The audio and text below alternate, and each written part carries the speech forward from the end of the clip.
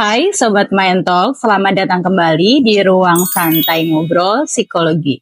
Nah, di sini kita bakal bahas sesuatu yang sering banget seliweran di sosial media kita, di TikTok, di Instagram, dan kita pasti bakal sering banget denger ini deh di mana-mana. Kita hari ini mau bahas soal cinta-cintaan, yaitu soal love language. Nah, sebenarnya bener nggak sih love language ini punya pengaruh dalam komunikasi dan juga hubungan? Nah, di sini aku nggak sendirian, aku sudah ditemani oleh seorang narasumber yang merupakan seorang psikolog klinis dewasa, seorang dosen yang juga aktif nge-MC juga. Ada Ibu Nita Rohayati yang konon katanya biasa dipanggil emak nih sama teman-teman mahasiswa. Halo emak, gimana kabarnya? Halo Sobat Mind Talk, terima kasih banyak. Alhamdulillah kabar baik. Ya emang biasa dipanggil emak karena memang banyak anak-anaknya ya, anak wali biasa manggil emak. Tapi sebetulnya simply karena emang udah mama aja. Love language ya? Iya. Wow, topiknya sebenarnya kayak ringan, tapi sebenarnya nggak seringan itu. Oke. Kayak beban hidup berat. Berat nih ya guys. Nah, mungkin banyak ya dari kita yang memang udah familiar sama love language ini. Ada words of affirmation, quality time, physical touch, ada acts of service, ada juga receiving gifts juga. Nah, tapi kita tuh pengen tahu nih kalau dari kacamata psikologi klinis sendiri sebenarnya love language ini apa sih gitu, dan beneran nggak sih kalau teori psikologi itu ada love language ini di dalamnya, atau ini tuh sebenarnya cuma alat yang populer aja nih buat bantu orang-orang untuk lebih mengerti dirinya dalam berkomunikasi gitu? Oke. Jadi sebetulnya kalau love language itu baru populer beberapa tahun belakangan ini ya. Jadi sekitar tahun 2020-an lah ya. Jadi pertama kali dikenalkan oleh Gary Chapman. Sebetulnya dia bukan orang psikologi, tapi lebih kepada konselor pernikahan. Jadi lewat bukunya memang dia mengemukakan ada 5 bahasa cinta yang bisa digunakan untuk membangun hubungan dalam hubungan relationship ataupun hubungan intim atau hubungan romantis dengan menggunakan love language. Tapi itu bukan juga untuk pasangan, tapi juga bisa untuk keluarga, adik kakak dan lain sebagainya.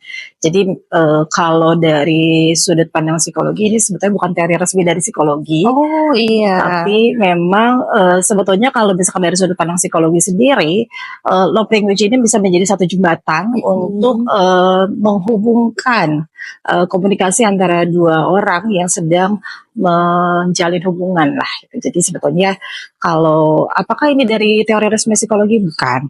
Tapi love language ini dalam sudut pandang psikologi bisa menjadi satu jembatan untuk bisa memenuhi kebutuhan emosional antara satu sama lain, baik itu di pasangan ataupun dengan hubungan yang lain seperti tadi, seperti orang tua atau kemudian adik kakak dan yang lain-lain. Kayak gitu sih kalau dari sudut pandang psikologi. Oke, jadi memang secara akademik ini nggak ada nih ya Mak ya secara resmi, tapi itu tuh sebenarnya memang bisa membantu kita dalam menjalin hubungan dengan lebih baik gitu ya. Oke. Karena memang ada penelitian juga yang mengatakan bahwa ketika seseorang memahami bahasa cinta atau love language-nya, jadi love language itu kan kayak bagaimana kemudian preferensi seseorang dalam menyatakan afeksinya kepada orang lain. Nah, memang sebetulnya kalau dari persepsinya di orang umum atau orang awam, love language itu kayak bagaimana dia bisa diperlakukan oleh orang lain atau dalam menerima cinta. Padahal sebetulnya bukan hanya menerima, tapi juga love language ini harus bisa berlaku dua arah gitu ya, memberi juga gitu. Jadi sebetulnya kalau misalkan love language ini adalah bagaimana preferensi orang untuk bisa menyatakan afeksinya kepada orang lain ataupun menerima afeksi dari orang lain. Oke, jadi take and give gitu. Betul. Ya Maya. Oke. Dan sebenarnya apakah love language ini tuh seiring berjalannya waktu dan seiring berkembangnya suatu hubungan nih, dia bisa berubah?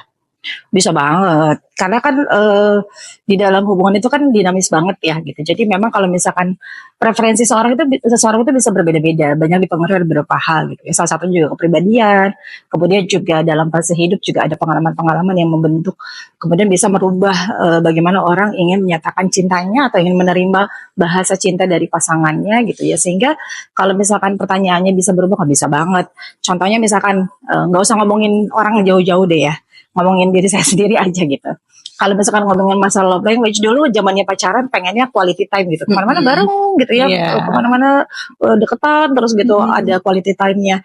Sekarang udah jadi orang tua, udah jadi emak bapak, begitu love language, apa namanya, pengalaman-pengalaman membentuk bahwa love language-nya bisa berubah.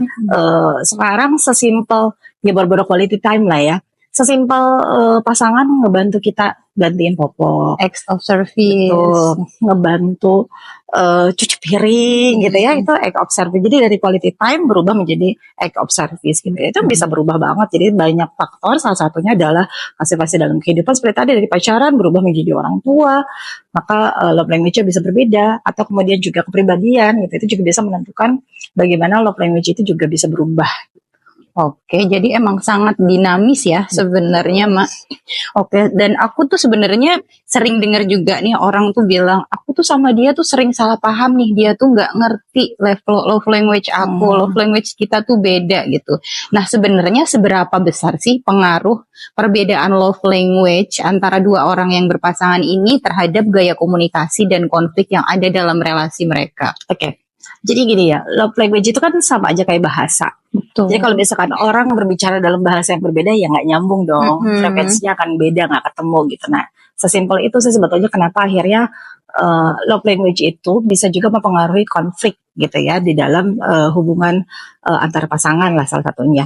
Jadi katakanlah gini, sebetulnya bukan salah love language ya, gitu. Justru kita pahami dulu bahwa love language dengan gaya komunikasi itu sebetulnya satu hal yang berbeda gitu ya. Jadi kalau love language itu bagaimana kita bertindak untuk memberikan preferensi atau senangnya mau ngapain, memberikan bentuk kasih sayangnya gitu. Tapi kalau komunikasi, gaya komunikasi itu adalah hal yang paling penting di dalam hubungan. Karena katanya kalau membentuk hubungan itu adalah 1%-nya cinta, 99%-nya adalah komunikasi. Wah. Gitu. Jadi, nah komunikasi itu menjadi salah satu hal yang penting. Dimana kalau misalkan perbedaan love language ini yang kemudian bisa menimbulkan kesalahpahaman dan tidak diperbaiki dengan gaya komunikasi yang baik, maka itu kan jadinya menjadi konflik yang cukup besar. Itu kesalahpahaman itu bukan sebetulnya intinya adalah bahwa love language itu pada orang bisa berbeda karena itu kan preferensi gitu ya. Nah kemudian ketika orang merasa tidak dipahami lalu kemudian tidak diperbaiki dengan komunikasi yang ada, nah itulah yang kemudian akhirnya bisa membentuk konflik itu semakin besar. Jadi bukan love language-nya yang akan berpengaruh secara langsung terhadap konflik yang terjadi pada pasangan, tapi kemudian kalau love language itu tidak dikomunikasikan dengan baik bahwa aku mah senengnya gitu ya, aku mah senengnya act of service gitu ya, bukan sekedar coba kamu ngeluangin waktu masih hadiah dan segala macamnya, tapi kamu upayanya nggak ada loh untuk bisa jemput aku dan segala macam gitu ya, bukain pintu mobil kayak atau apa dan segala macamnya. Nah, dan itu tidak dikomunikasikan. Kan pasangan kita bukan cenayang. Benar. Nggak bisa membaca maunya apa sih gitu kan. Maka tadi saya bilang 1% dari hubungan itu adalah cinta, 99% adalah komunikasi. Dan kalau dalam konteksnya dalam pernikahan ya. Kalau konteksnya dalam pernikahan itu tuh adalah ibadah yang paling panjang sepanjang hidup gitu. Jadi dasarnya adalah komunikasi, ngobrol gitu. Jadi kalau misalkan komunikasinya nggak benar, bukan perkara love language, tapi komunikasi yang seperti apa yang kemudian dibangun di antara dua pasangan atau dua orang tersebut, dan yang itu yang akan membuat hubungan menjadi lebih baik. Komunikasi terbuka, active listening, bukan hanya sekedar mendengarkan tapi merasakan. Nah itu yang kemudian akhirnya akan bisa membangun satu hubungan menjadi lebih baik. Bukan perkara kesalahpahaman antara love language. Love language itu kayak cuma sebagian kecil aja, tapi yang paling penting adalah memperbaiki dengan komunikasi yang baik atau komunikasi yang efektif. Oke, jadi intinya lebih gimana kedua belah pihak ini bisa mengkomunikasikan preferensi dari love language masing-masing gitu ya, Mak. Oke, terus kalau menurut pengalaman Emak sendiri nih, gimana sih cara pasangan ini bisa belajar untuk menerjemahkan love language satu sama lain? Tadi udah sebetulnya udah sedikit dibilang ya, kalau misalkan kita tuh bukan cenayang, nggak bisa kita menebak gitu. Ini pasti kayak begini dan segala macamnya. Itu justru yang bisa menimbulkan kesalahpahaman. Makanya kunci utamanya adalah ngobrol gitu. Kalau misalkan sama pasangan itu ya harus banyak berbicara dan jangan kayak memang kalau di orang Indonesia biasanya saya nggak tahu ya kalau Indonesia secara umum, tapi orang Sunda lah ya pada umumnya biasanya itu nggak enakan gitu ya. Kadang mau ngomong juga sungkan gitu ya, kebanyakan. Jadi memang kebanyakan masalah rumah tangga atau masalah pasangan yang terjadi itu karena memang kurang ngobrol. Dan ngobrol itu bukan cuma sekedar ngobrol berbicara, tapi memang active listening tadi gitu. Bukan hanya mendengarkan tapi juga merasakan. Karena kadang-kadang pesannya itu tertangkap, tapi feel-nya tuh nggak tertangkap gitu. Iya. Memvalidasi perasaan pasangan itu juga menjadi satu hal yang penting. Dan kemudian juga berbicara hal-hal kecil tentang apa yang sebetulnya disukai, apa yang tidak disukai itu juga menjadi satu hal yang penting. Karena kalau misalkan ini tidak dibicarakan dengan baik, kayak misalkan ya udahlah biarin aja, nanti mungkin juga dia ngerti gitu. Mungkin nanti dia berubah dan segala macamnya seperti itu. Justru itu akan membawa konflik menjadi semakin besar. Maka dari itu belajarlah untuk bisa berbicara dari hati ke hati, bukan hanya sekedar berbicara tapi juga merasakan. Oke, jadi sebenarnya chit chat, small talk itu tuh penting banget ya, Ma. Oke. Terus sebenarnya nih kalau di luar sana tuh karena love language ini tuh lumayan populer ya. Jadi banyak orang yang gampang banget ngelabel segala sesuatu dalam hubungannya ini dengan love language nih. Misalkan nih pasangannya nggak bisa kasih waktu karena sibuk. Terus dia langsung dibilang tuh nggak sayang gitu. Nah, kira-kira apa sih bahayanya kalau misalkan dalam suatu hubungan nih keduanya tuh terlalu terpaku sama konsep love language ini tanpa melihat konteks atau dinamika psikologis lainnya dalam sebuah hubungan. Ya, kalau kita cuma fokus sama love language-nya aja, dan kadang tadi seperti yang saya bilang, ketika kita fokus terhadap love language itu bukan berarti kita harus, artinya kebanyakan orang akan berpikir bahwa tindakan atau love language seperti apa yang diberikan kepada saya gitu oleh pasangan.